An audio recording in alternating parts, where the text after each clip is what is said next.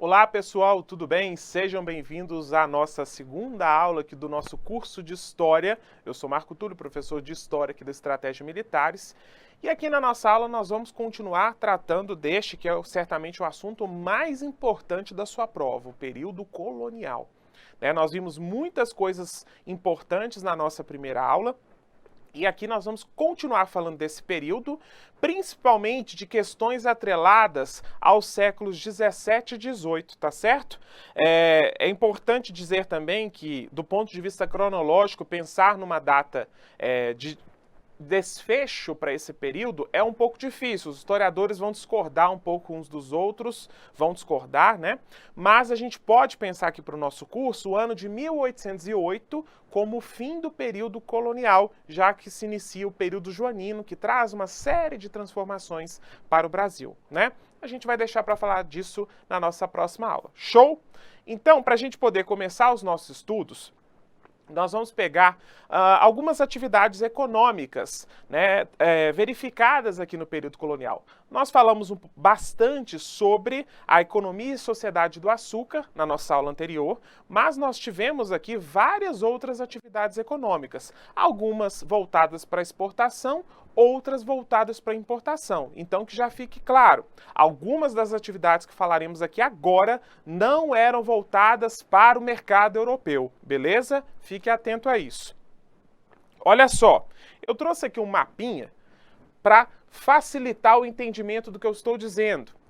Temos aí destacadas algumas atividades econômicas na nossa legenda aí do mapa. Veja que pau-brasil aparece, como algo que continua a ser explorado aqui, mas veja que é uma espécie encontrada principalmente no litoral, se certamente ela foi o produto mais importante do período pré-colonial, aqui no período colonial, o pau-brasil não é o mais importante, mas continua ocorrendo alguma extração dele, tá?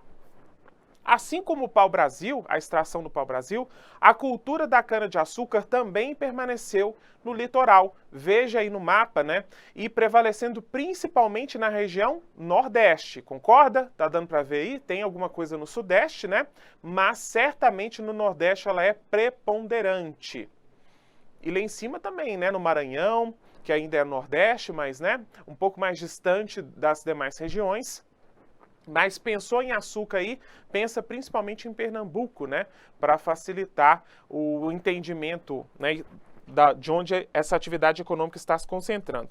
Então, para a gente fazer uma anotação rápida aqui, vamos destacar essas duas atividades, pau-brasil e cana, e colocar litoral, para a gente não esquecer, Litoral, certo?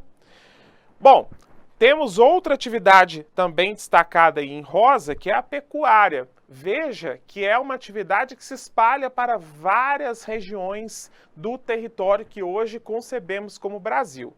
Pessoal, esse mapa que está aparecendo aí é o mapa do Brasil de hoje, Ele não tinha essas configurações no período colonial, é bom que se diga isso, Mas é aqui para a gente entender mais ou menos de acordo com os referenciais espaciais que temos hoje, tá? Mas o nosso mapa não era assim no período colonial, e nós vamos ver isso depois.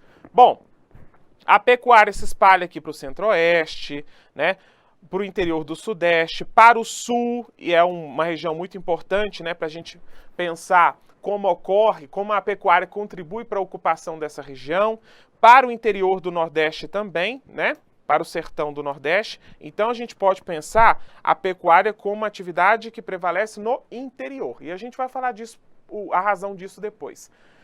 Também temos aqui a mineração, em amarelo, ou seja, a extração de ouro principalmente. Vamos colocar aqui interior prevalecendo, assim como a pecuária. A atividade mineradora se concentra no interior, certo? E as drogas do sertão se concentrando na região amazônica. A gente vai explicar direitinho o que é isso daqui a pouco também. Eu só vou colocar aqui, embora seja interior também, Mas eu vou colocar a região amazônica, Mas aqui a Amazônia, só para ficar mais fácil da gente identificar o que prevalece em cada região, beleza? Vamos passar adiante então? Então veja aqui que temos várias atividades econômicas importantes. Mas eu gostaria de começar aqui a nossa aula falando de uma atividade que não está aparecendo ali no mapa. Porque às vezes, quando nós comentamos assim, né, com o aluno, olha só, né, o cultivo de cana é baseado no sistema de plantation, ou seja, monocultura, latifúndio e escravidão. Monocultura é o quê? O cultivo de uma única cultura, né, de uma única espécie. Mas aí fica parecendo assim, nossa, mas não cultivam mais nada a não ser a cana-de-açúcar?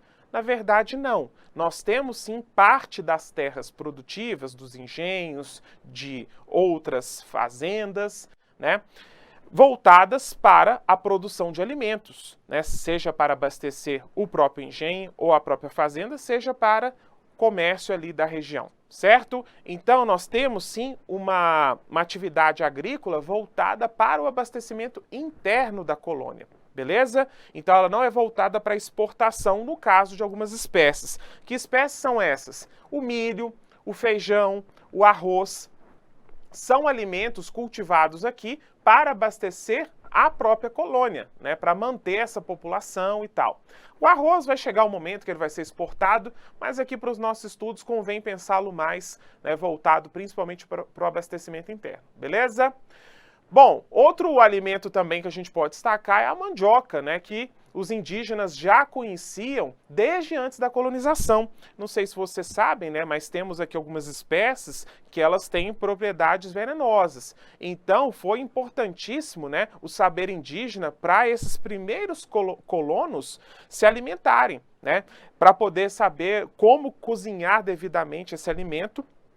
E por que justamente a mandioca? Justamente porque o seu cultivo é extremamente fácil, né, comparado, claro, a outras espécies, né? É uma planta, é uma espécie vegetal, né, que você cultiva em pequenas roças, então não precisa aí de um grande esforço, né? Não demanda uma grande quantidade de mão de obra, né? Então é algo que se cultiva muito rapidamente, e a gente sabe disso, né, porque os indígenas não eram sedentarizados, né, antes de 1500, então é uma espécie aí que vai ser muito positiva, né, para a efetivação da ocupação do território pelos colonos, né, a partir do momento que eles descobrem essa espécie.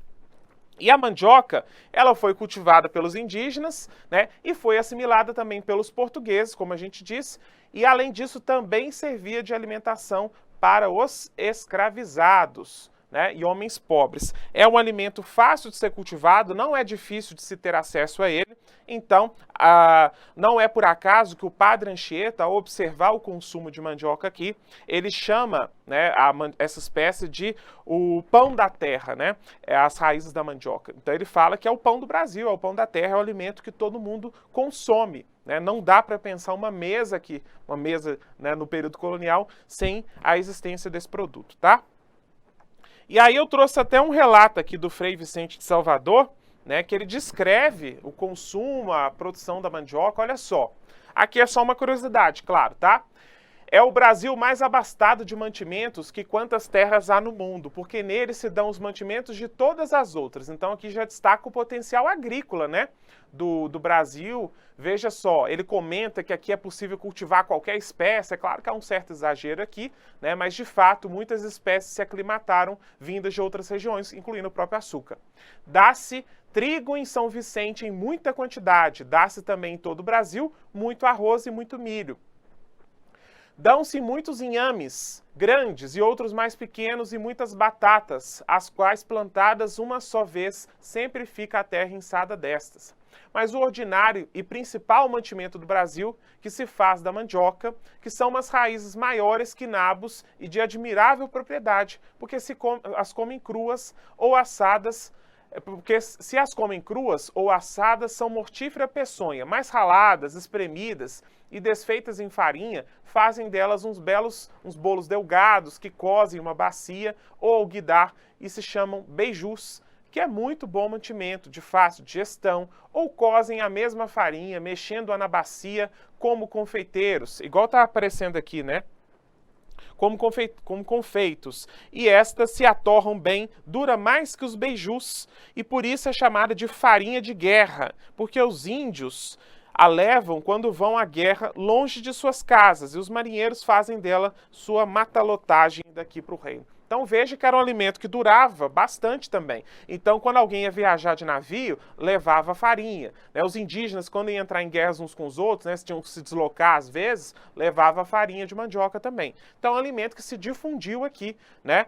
Seja nas elites da terra, seja entre os escravos, né, dos indígenas, já havia se difundido há muito. Beleza?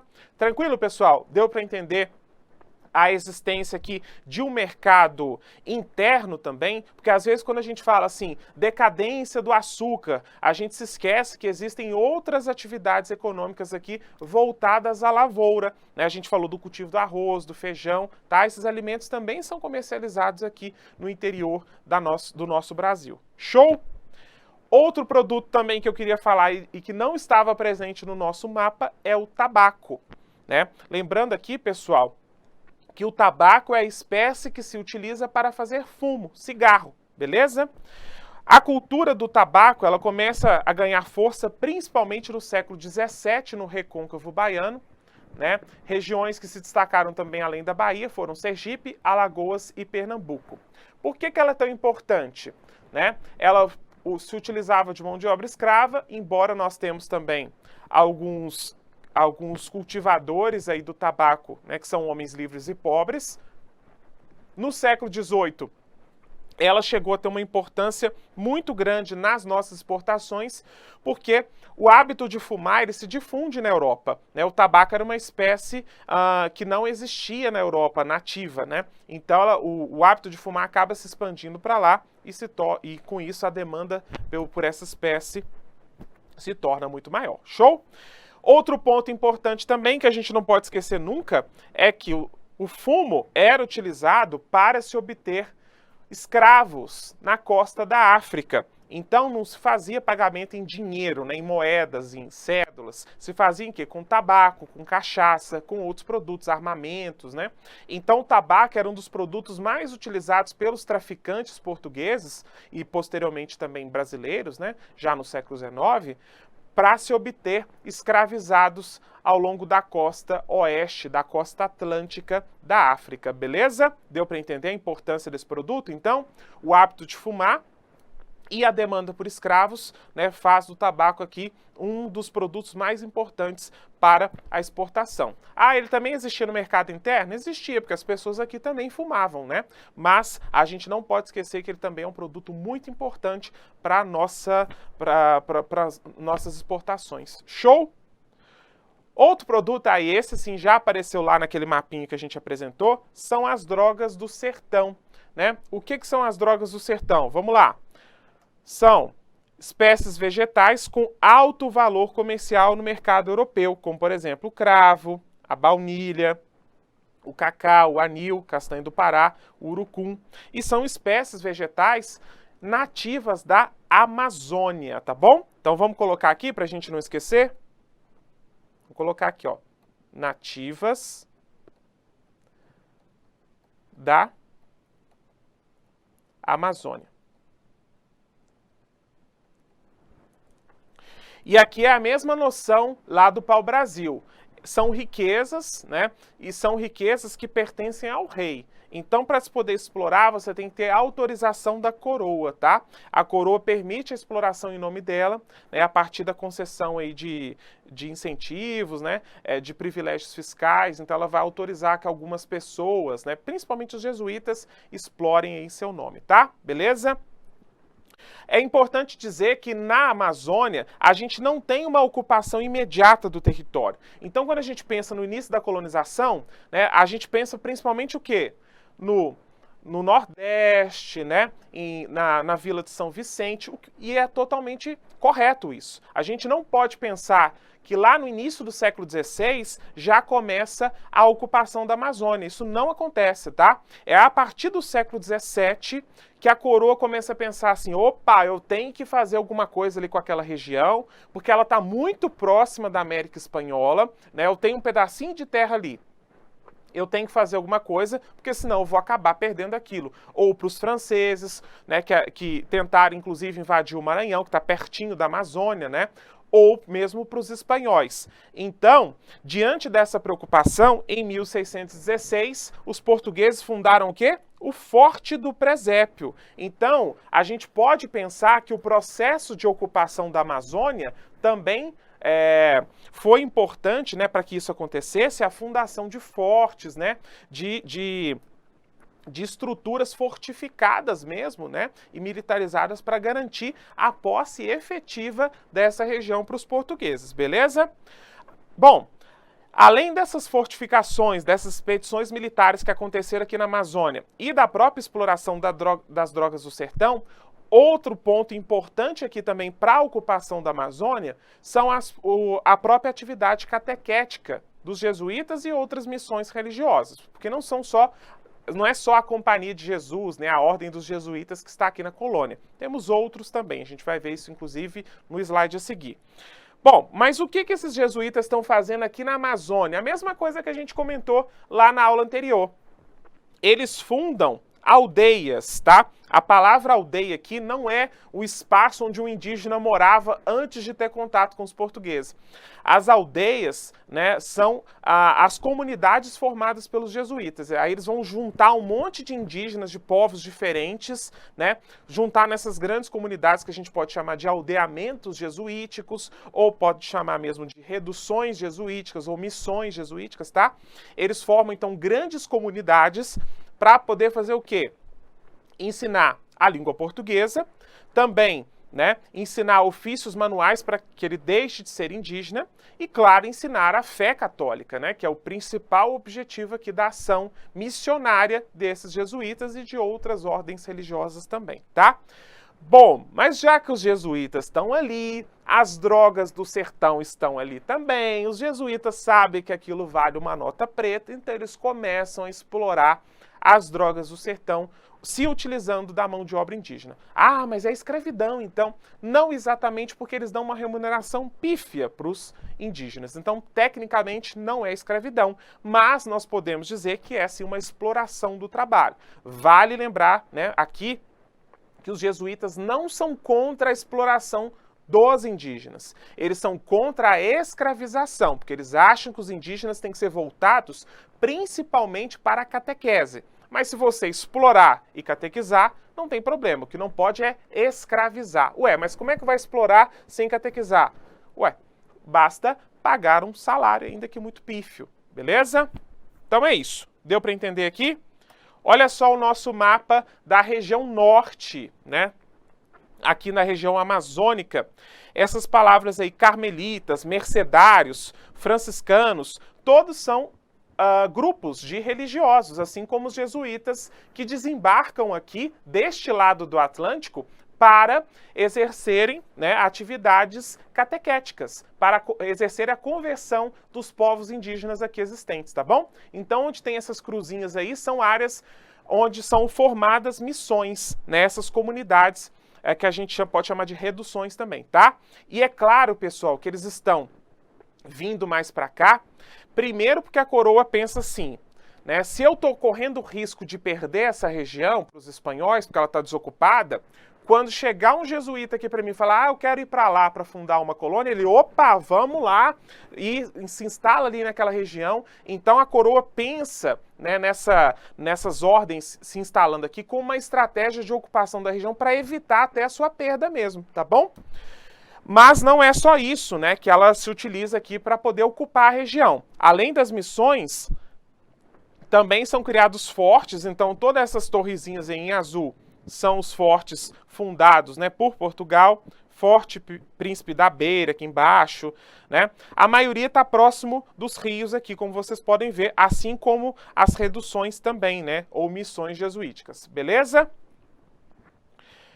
O que está em amarelo são as áreas de exploração daquelas drogas do sertão, aquelas espécies que a gente contou. Veja que, inclusive, né, as áreas onde são formadas missões, não por acaso coincidem com essas áreas de exploração, de extração das drogas do sertão. Pessoal, as drogas do sertão elas não são plantadas, tá? É basicamente retirada da floresta. Isso é a extração, assim como se faz com o pau-brasil, beleza? Então ninguém está plantando nada aqui, né? Pelo menos não as drogas do sertão, beleza?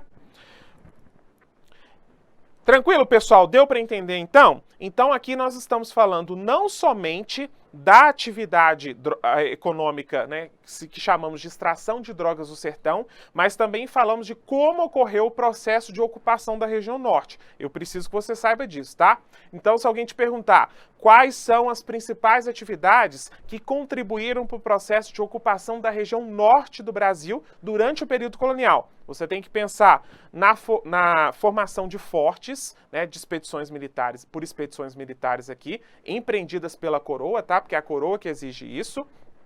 Também temos a extração de drogas do sertão, que é muito importante, e por fim, né, a formação também de missões jesuíticas e de outras ordens religiosas também. Então esses 3 pontos foram importantes para a ocupação da região norte. É claro que quando falamos ocupação, não estamos utilizando como sinônimo de colonização, até porque a gente sabe que até hoje essa região não foi colonizada, digamos assim, né? Ela não foi desmatada para se construir aí várias vilas, várias edificações, né? Isso ocorreu em algumas regiões aqui, mas a gente sabe que a maior parte dessa região se manteve preservada, então ela foi relativamente ocupada aqui, beleza?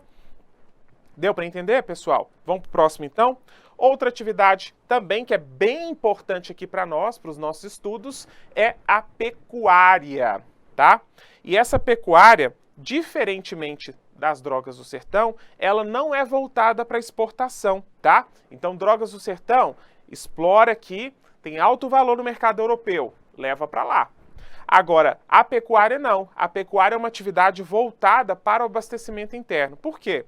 Bom, vamos pensar, né, que para começo de conversa aqui, os primeiros animais, né, os primeiros bois introduzidos no Brasil foi em 1534 pela expedição do Martim Afonso de Souza, né, que a gente viu lá, né, que funda a capitania de São Vicente, beleza? Ele concentra, esse gado, ele se concentra num primeiro momento só em regiões de engenhos. Por quê? Porque ele vai ser utilizado para puxar as engrenagens do engenho, ele vai ser utilizado como meio de transporte. Imagina carregar aquelas caixas de açúcar pesadíssimas, pesando toneladas e toneladas. Então ele vai ser utilizado também como meio de transporte para poder levar as caixas de açúcar do engenho até o litoral. Ele é utilizado como alimento, né? Quem é que não gosta de comer aí, né, um churrasquinho? E também o vestuário, né? Porque se tira o couro para fazer chapéus, botas, utensílios, tá bom? Então ele tem várias utilidades. Tem um ditado no Nordeste, né, que dizia: do boi só não se aproveita o berro. E é verdade, né? Veja que ele tem várias funções aqui. Bom, a expansão da lavoura gerou certos problemas para essa atividade da pecuária. Por quê? Num primeiro momento, onde tinha engenho, tinha criador de gado, porque precisava a todo momento. Só que os engenhos começam a expandir. E a criação de gado, ela está ocupando espaço, porque não é o gado, não é criado em curralzinho, igual a gente imagina hoje, né? Aqueles currais cheios de gado lá dentro, gado de confinamento. Não era assim, não. Naquele período, o gado era criado solto. É o que a gente chama de pecuária extensiva, tá bom? Escreve isso daí. Então, nesse contexto, né, conforme os engenhos iam expandindo, saindo daqui, indo um pouco mais no interior, mas só um pouquinho, né, porque essa atividade vai se concentrar principalmente no litoral, esses criadores de gado estavam ocupando espaço. E aí a coroa disse: opa, não, né? A prioridade aqui para nós é o açúcar. Não quero nem saber desses criadores de gado aí. Aí o que se faz? Em 1701, a coroa então resolve baixar uma carta régia, uma lei que proibiu a criação de gado em uma área de 10 léguas da costa. Então, na prática, isso significou o quê? Empurrou os criadores de gado para o interior da América Portuguesa. Deu para entender? Por quê? Porque precisava de espaço para a expansão da lavoura canavieira. Então, com isso, os criadores de gado foram grandes impulsionadores do processo de interiorização da colônia, ou seja, né, de adentramento para o sertão, mesmo sem querer, né, porque eles foram forçados a ir para o interior. E aí, quando eles são forçados, num primeiro momento, eles vão principalmente para o interior de Pernambuco e da Bahia, né? Eles ficam, olha só aqui no mapa, né, eles ficam aqui, né, interior de Pernambuco, interior da Bahia aqui também, mas com o passar do tempo, eles vão, né, adentrando ainda mais para o interior, ainda mais para o sertão. e vão alcançando outras regiões também, tá?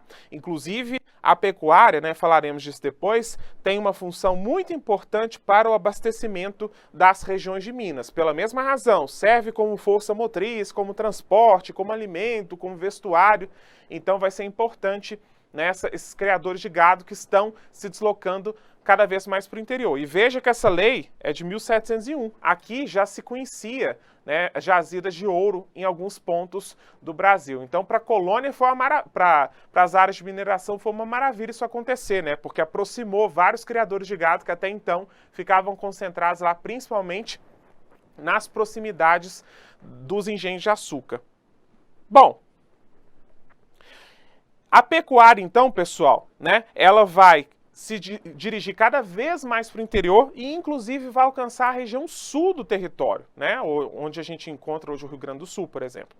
E lá, né, como é uma região onde se prevalece os pampas, né, se mostrou que é praticamente um grande pasto, né, essa área se mostrou extremamente favorável à criação de gado ali, no final das contas. Então, nós vamos ter uma grande criação de bovinos, né, e essa região vai se consolidar, né, até o século XVIII, século XIX, como a principal produtora de couro, até voltada para exportação, tá? Mas essa exportação é principalmente no final do século XVIII e início do século XIX. Ali também a gente sabe que, com o passar do tempo, vai ser formada uma elite de criadores de gados, estancieiros, né? E também aqueles que vão utilizar do gado para produzir o charque, né? Uma espécie de carne seca, assim, forçando um pouco a barra, que vai ser comercializada para outras regiões do Brasil. A gente sabe que depois, né, vamos ter alguns charqueadores que vão se envolver com a Revolução Farroupilha lá na frente, mas só para você ir fazendo as associações aí, beleza? Agora, o que eu preciso que você saiba aqui? Olha só, a pecuária é uma atividade que não exigia muitos recursos, né, ou muitos trabalhadores. Então, você tem ali um rebanho com, não sei, 200, 300 cabeças de gado, criado solto, você consegue manter ali com algumas dezenas de homens, né? Talvez uma dezena dá conta de manter esse grande rebanho. Acho que talvez um pouquinho mais, né? É interessante dizer que nos currais eram empregados cerca de uma dúzia de vaqueiros, que são sempre homens livres e mestiços que recebiam seu pagamento em gado. Então eles recebem em espécie, né? Não recebem dinheiro. Então você ajuda a criar o gado ali, e aí esses vaqueiros que ajudam, né, que são uma espécie de trabalhadores, eles recebem rezas, né, recebem uns bezerrinhos, beleza? Para poder também, com o passar do tempo, formar até seu próprio rebanho. Pessoal, quando se cobra pecuária aqui, se destacam duas coisas. Primeira coisa, é uma atividade, né, exercida por homens livres, é uma atividade extensiva. Se você cria o gado solto, você não pode ter escravo aqui, senão o escravo foge, não é verdade? Então, pode aparecer aí na sua prova alguma pegadinha dizendo que na pecuária prevaleceu a escravidão, coisa que você vai de cara já arriscar e rir lá da prova e lembrar de nós aqui na nossa aula, beleza? Outro ponto também que pode ser destacado é a importância da pecuária para esse processo de ocupação do interior, porque nós vimos que esses criadores foram empurrados para o interior do Brasil. Com isso, eles tiveram um papel importante, né, para a ocupação de regiões que até então não havia ocorrido esforços muito grandes para serem ocupadas, né, para serem colonizadas, beleza? Não se esqueça disso, mas a gente vai retomar isso também daqui a pouquinho. Bom, fechamos o nosso bloco, é um bloco pequeno, né? No nosso próximo bloco nós vamos falar de outra atividade também muito importante, que é o ouro, né? Mas para a gente chegar nela, nós vamos falar aqui desses pontos importantes da expansão territorial, continuar falando, né, da importância do processo de interiorização da colônia, e aí sim nós vamos falar sobre o achamento do ouro aqui no Brasil. Beleza? Então estou te esperando lá. Um abraço. Tchau!